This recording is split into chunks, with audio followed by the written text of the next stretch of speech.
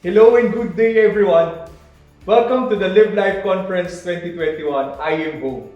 I am RJ Moriones, a lay missionary for the Live Christ Share Christ mission, serving in the Live Life pillar.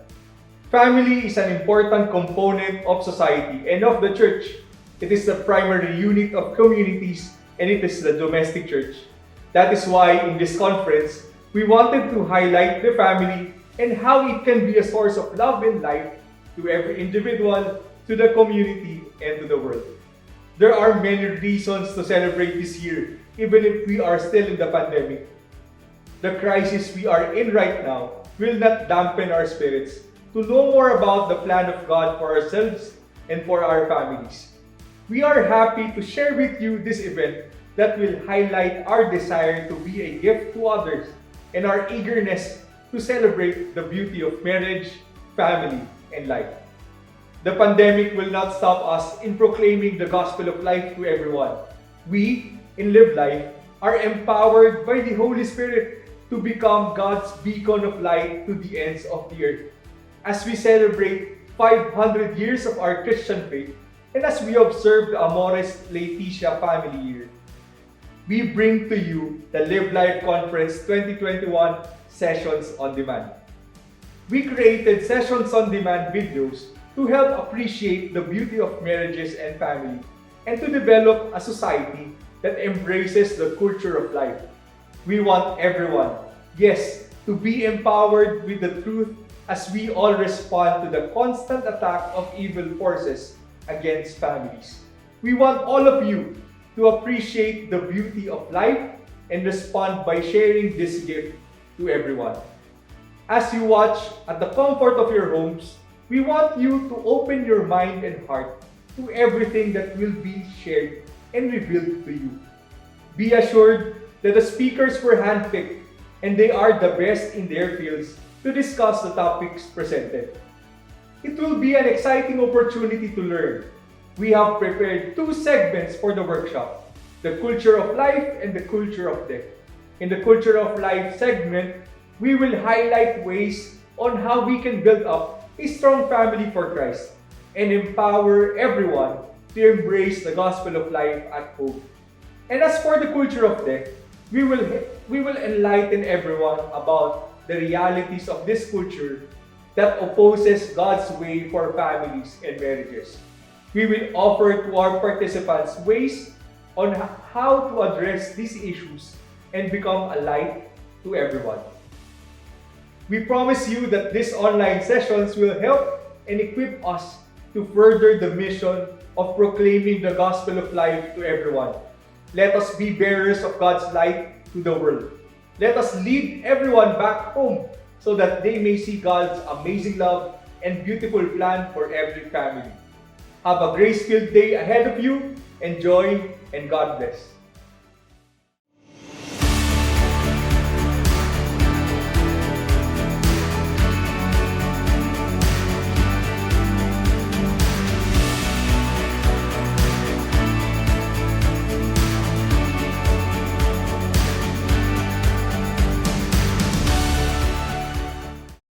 Migration is part of our survival, especially in today's world. No? Family migrating to another country to survive. And not only the family, but also our society. No? Sabi nga nila that our society, our government nabubuhay because of the remittances of OFWs, ating mga kababayan. And so, now, it is reality not only, of course, in our country, but even other parts of the world. People are moving also out of their country for survival, to have a better future, no? Or for the family. No? And so, even the Lord's time, no?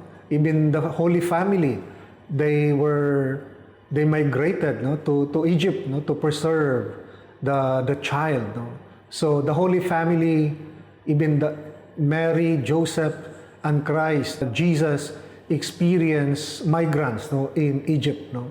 So somehow they understand, no, the struggle of our OFWs, the struggle of migrants, no? Going from their comfort zone going to another country. Abraham migrated. No? He was asked by Yahweh, no, to leave his comfort zone and go to another place. It is not easy, but because of need, because for the future of the family, some members in the family or even the whole family, they have to leave their comfort zone, their homeland, and migrate to another country. Well, this is also good, no, in terms of evangelization. At the same time, socially, emotionally, there is also negative impact of this migration, especially only one member of the family. For example, in Hong Kong, most of mothers, they have to work, no, to another country, no? So the rest of the family left behind. So there is a big impact, maybe monetary, financially, there is an advantage, but maybe emotionally, there is the absence of a mother or a father is also big impact to the children, no? And somehow there is problem of infidelity, separation, somehow problems of morality, no?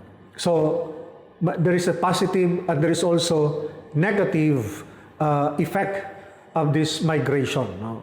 Maybe for financially, monetary, it helps the family, for the society, but in terms of spirituality, you know, or emotionally for the formation of their children, somehow may effect sa kanila. Well, first, let us talk of the spiritual aspect. Even Jesus, before his ascension, he commanded his apostles somehow to migrate, go to the whole world, no? Proclaim the good news. No? In that sense, somehow they are asked to go out, no? To go to different country in order to proclaim the good news. This is after the Pentecost, when they were able to speak many languages. Now they are sent to go out. No? So in that spiritual aspect, migration in order to proclaim the good news. No? Here, in the context of Hong Kong, no, when you say English Mass, no, maybe 90 to 95%, most of the participants are Filipinos. No? And you can see them serving as a lector, commentator, Eucharistic ministers, choir, no, even ushers, etc. No? Most of them, 95% are Filipinos, no, serving the church. No? So somehow that also inspire our kababayan. Most of them, I met them and they said, sabi nila, you know, Father, in the Philippines, I do not go to church. But here in Hong Kong, nagsiserve na ako. So somehow may positive, no, or negative, more positive, the spiritual, people are becoming closer to the Lord. So nakita nila ang simbahan ay tahanan din ng mga migrante. The church is the home of the migrants. And I think this is also a good opportunity for us, Catholic, no, to welcome. No? Of course, maybe for the Philippines, hindi natin maranasan yan. But if you go out, no, from our comfort zone, pumunta sa ibang bansa, somehow makikita natin, no, that opportunity for a church to welcome the migrants. No? So we make our church home of the migrants. No? Even Pope Francis, no, emphasized, diba, sa yung during 500 years of Christianity Mass, doon sa Vatican, sinabi nga yung mga Filipino daw, smugglers of faith, no? Because of us migrating, no, to another country, we bring also our faith, no? And so that is also the positive aspect of migration, no? Na more sharing, no? Na yung iba na palalim yung kanilang pananampalataya, but there are also stories na nawawala din sa pananampalataya, no? Lumilipat na ng ibang mga denomination or religion, no? But in reality, a lot of local people in the context of Hong Kong, Catholics, they were inspired, no? When English Mass, when Filipino are singing, they were inspired of the, the liturgy, no? Buhay na buhay. pag maraming Pilipino ang nagsiserve or nag-acquire buhay na buhay ang liturgical celebration. Okay? So, but this again, very deep challenge for us, no, here, no, na sana yung celebration, yung ating pagsiserve, not just a sacramental, liturgical, but it's more of, more of spiritual na mapalalim. That's why it is a challenge for us, no. At here, because of, in the context of Hong Kong, 90% dito yung mothers or fathers, majority mothers, but the family left behind. So this is a challenge for us on how to be committed sila to their family at yung family ganon din. To be committed that in spite of the distance, na din pa rin yung fidelity, commitment to the family. No? And that is a challenge. No? Of course, not only for all of us, no? A challenge for us on how this migrant family separated because of work na manatili of their commitment to their family. Okay? So churches here, English Mass here in Hong Kong, churches are filled, no, with Filipinos, no, and even communities. Makikita natin buhay na buhay yung transparochial communities, no, Missionary Families of Christ, Couples for Christ, El Shaddai, Bukas Loob ng Diyos Community, Lord's Flock, Love Flock, Oasis of Love, no, Apostleship of Prayer, Legion of Mary, etc. Maraming communities, mention only a few, no. So makikita din natin yung thirst, yung hunger ng Filipinos, no, yung ating kababayan, to belong to the community.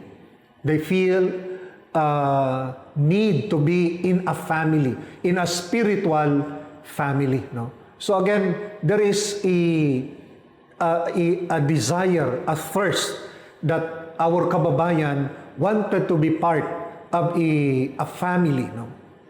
And this again, opportunity for us, no, to make, no, that desire, the thirst, no, not only they belong, but as they come, it is an opportunity for formation. Okay? Na mafo-form sila. Not only just to be belong. Some people, they just want to belong para during their day off, may mapuntahan, may lugar na maupuan, na until matapos yung kanilang day off, bago umuwi, at least meron silang lugar na mapuntahan at aircon pa, okay? At may lugar na makainan. No? But most of them, because of limited space here in Hong Kong, nasa parks, no? Or nasa tabi ng daan, or yung iba kung saan lang nakaupo. No? And again, that's why for the chaplaincy for the Filipino migrants, we tried. No? 4 years ago, we started this street evangelization. Kasi we cannot accommodate our kababayan in the church, especially in this time of pandemic. No? Ang karamihan ng simbahan, only Mass. After the Mass, they have to leave the vicinity. Wala nang maiwan. Again, to protect again because of this pandemic. So saan natin sila makita? So in the parks, kung saan-saan lang sila nakaupo. No? So we started 4 years ago, before the pandemic, we started this street evangelization. And I was inspired. No? I was inspired, one, of yung nabisitahan namin, no, doon sa park. No? At sabi niya, Father, for 18 years dito sa Hong Kong, first time ako nakakita na may Katoliko na bumisita sa amin dito sa park. No? Akala namin, Father, yung mga pari nasa simbahan lang. No? And I was inspired of that. No? That's why I encourage our volunteers, no, to continue street evangelization. At least makita nila na ang Katoliko present pa rin sa kalye kung sa parks. Hindi lang tayo sa simbahan. Of course, we go to the church to celebrate, to participate the Eucharistic celebration. Importante yan. Sabi nga, ang Misa, the source and summit of our Christian life. Pero sana marunong din tayong lumabas, no? Na hindi lang tayo sa comfort zone. So even here, no, sana mag-migrate, no? Internal migration. Sana mag-migrate din tayo from church. We have to go out to the streets, no? They are part of the church. But tayo, komportable na tayo sa simbahan. Okay? Pero marami pa lang trabaho, marami pa lang miyembro ng simbahan na nakaupo na lang doon sa kalye, sa park. No? And so that's why our volunteers, I encourage them to somehow to maintain yung connection natin sa kanila. That's why we encourage them na mag-attend ng Mass. No? After ng Mass, babalik ulit sila doon kung saan sila nakaupo. And that is why merong kaming, with the help of the Missionary Families of Christ, yung mission ng Liturgical Bible Study, pinopromote namin ngayon, may formation para after that na they are formed, may mga facilitator, hopefully, yung mga facilitators ay marunong na rin umupo doon sa kalye, at least 30 or 1 hour man lang, ma-share natin ang salita ng Diyos. No? Sabi nga sa Pilipinas, meron tayong basic ecclesial community every week. Yung mga magkakapitbahay, neighbors, they have to gather at least once a week, share the Word of God, pray the Rosary, at least once a week na they have to visit they gather. At here in Hong Kong, every week, sila na mismo makita-kita doon sa park. And maybe our duty only just to go there and give our time, presence, share the Word of God, do the liturgical Bible study. And ito yung present natin. We can make them, we can make them as like basic ecclesial community. Okay?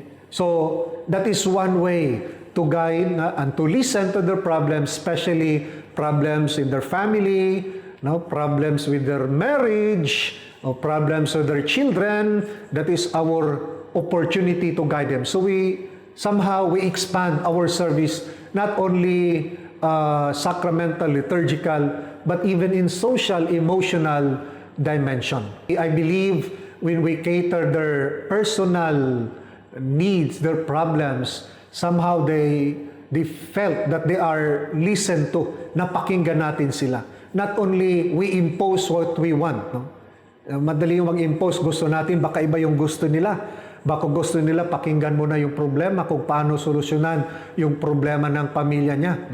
And we have to somehow listen first in order that they can truly welcome and accept yung mga spiritual formation.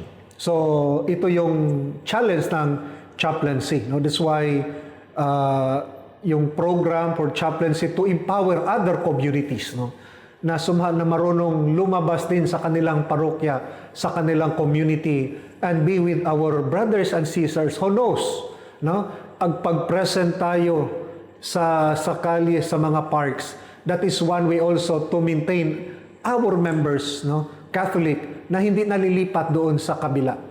Kasi sometimes lumilipat sa kabila dahil ang akala nila ang Katoliko sa simbahan lang. Wala na doon sa kalye. Hindi na marunong lumakad sa kalye. Marunong ang lumuhod sa simbahan, paglabas ng kalye, wala nang pakialam. Maski nakita yung mga kababayan, we just ignore them. Parang the story of the Good Samaritan. Diba? Yung priest, Levite, after obligation ng simbahan, walang pakialam sa lipunan. Sana we continue yung sabi nga, yung tunay na pananampalataya ay nagbibigay buhay, not only in the church, but ang challenge, paglabas natin. That we are called to be missionaries. That's why, again, ang program din namin, in these 500 years of Christianity, maraming plano sana, because of big celebration, but because of pandemic, talagang nawala lahat yung plano.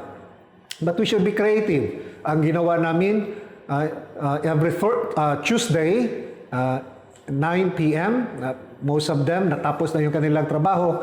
So ginawa na namin, ang celebration, it is more of formation. So lahat ng topic, from social, emotional, political, liturgical, spiritual, every Tuesday, meron po kaming online talk. So iba-ibang guest, at karamihan ng guest namin sa Pilipinas. And every fourth Tuesday, and I thank the Missionary Families of Christ, the MFC, nag-sponsor. Sila yung mag-facilitate for this online formation. So ang aming celebration here in Hong Kong, it is more of formation. Sana through this formation, they will be empowered, no? Yung ating kababayan, na lalo silang mapalalim yung kanilang pananampalataya at maging proud, no, that they belong to this Catholic community. It is a challenging task, no, especially for family. Next year, meron lang tayong the Universal Church, no, meeting of world family sa Rome, sa Vatican, on how again to nurture family, no? And we have to nurture especially migrants. How can a mother, no, paano natin yung matutulungan yung nanay nandito sa Hong Kong, yung pamilya na sa Pilipinas? How can we help them na ma-empower sila that they can continue to form their children, no? Kasi alam lang nila, nagtatrabaho sila dito, may pera, nagre-remit na, for them, that is their duty, parang mission accomplished na. Ginawa na namin yung duty. But we have to tell them that their duty as mother, as first catechist, must continue, no? Na they are also called to be catechists to their children. So, ito yung challenge on how to encourage mothers or fathers na dito sa Hong Kong to continue their vocation as first catechist to be to teach, no, their children. That's why meron kaming formation. At ang challenges hindi madali kasi karamihan sa kanila parang wala nang pakialam, no, nagsisimba, but after that finish, no. Father, nagsimba na ako, wala nang pakialam, basta nagsimba na ako, okay naman yung pamilya ko, but we have to encourage more, no? And we have to really parang more inspiration pa, no? That's why we continue yung mga programa, we invest, no, yung mga formation para lang makita nila na yung as a Catholic, not only just sacraments, of course sacraments, that is important, but they will see also their duty, no, as first catechists, as evangelizers, no. So sana ma-inspired namin sila, no, na ma-empowered namin sila. But again, because of pandemic talagang even the diocese talagang very careful din in this time of pandemic, no. So may mga limit pa, but hopefully after this, no, na sana yung mga each parish mapuntahan namin. But again, yung challenge again, yung mga parish, somehow they are not welcoming, no? Of course, karamihan ng parokya, they are welcoming. But for them, parang parochial mentality pa rin. Sa kami lang, sa parish lang kami. No need for you. May mga programa naman kami. And so that is also a hindrance on how to bring our plans, our project to the parish, no? We have to, again, we should not be discouraged, no? Ang target, yung mga walang parish, nasa park. But ang problema naman, venue. Saan naman kami? Karamihan ng venue in the parish. Sa mga parochial, sa school. But sino namang ang nag-in-charge sa parochial school? Ang parish priest. So magpapaalam. Or kung may venue mang malalaki, but it involves monetary, ang mahal ng rent, no? So very challenging. Talagang malaking challenge dito sa chaplaincy yung venue, yung place, no? Na saan a regular place where people nag-gather, no? That's why yung aming catechist talagang sometimes nasa parks na lang, no?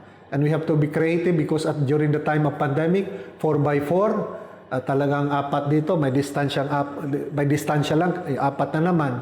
So, ito yung talagang malaking challenge dito about yung space, no?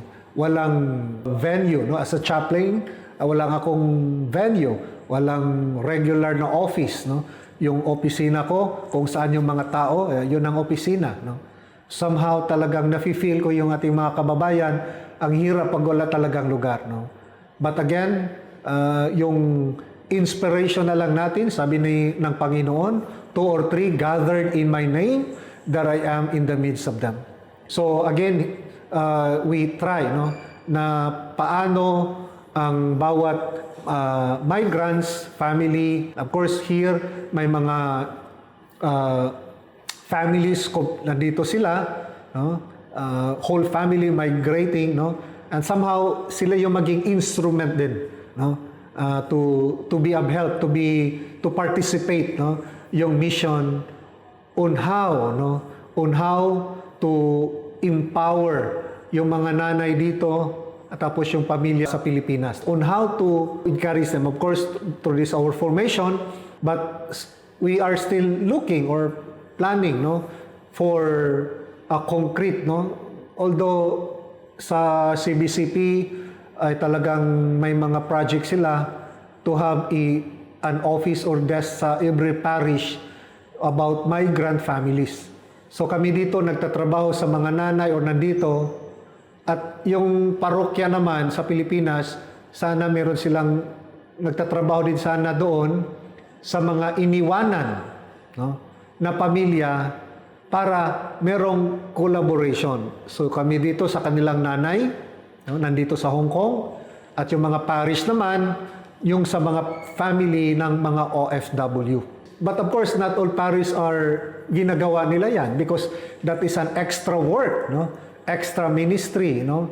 So I think as pangalan natin, Missionary Families of Christ, tayo na lang mag-initiate, no? Maski umpisa natin in a one city or bayan, kung sino mang halimbawa, Cebu or parts of the Philippines, kung saan yung MFC, mag-organize tayo ng i-gather natin yung mga families ng mga OFW at yung FC dito sa Hong Kong mag-gather din yung mga Cebuano, and meron sanang plano na merong gathering sa mga parents na mga nanay nandito, may formation dito, kayo rin may formation para may collaboration. Ibig sabihin na ipakita natin ang simbahan hindi sila iniwanan, no? Na kasama pa rin yung mga nanay dito through us, no? Through some members of the MFC, nagmi-mission tayo sa kanila, at kayo rin naman dyan ay you continue yung pagmi-mission sa mga families left behind.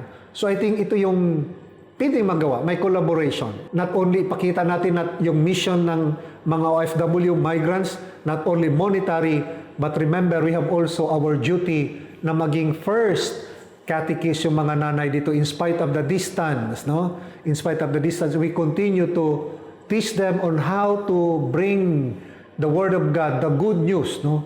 To the families, no? Sa Pilipinas, no? So, this is my sharing, no?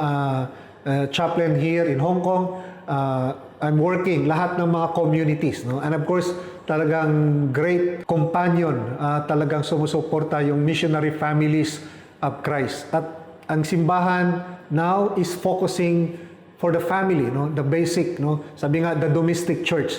At ito yung mission natin. Kasi kung anong problema ng pamayanan, this is also the reflection of the family, no? Kung maganda yung family, it will bring also goodness to the society. So thank you for this opportunity to share my little reflection and program ng Chaplaincy for Filipino Migrants here in Hong Kong. Thank you, and God bless.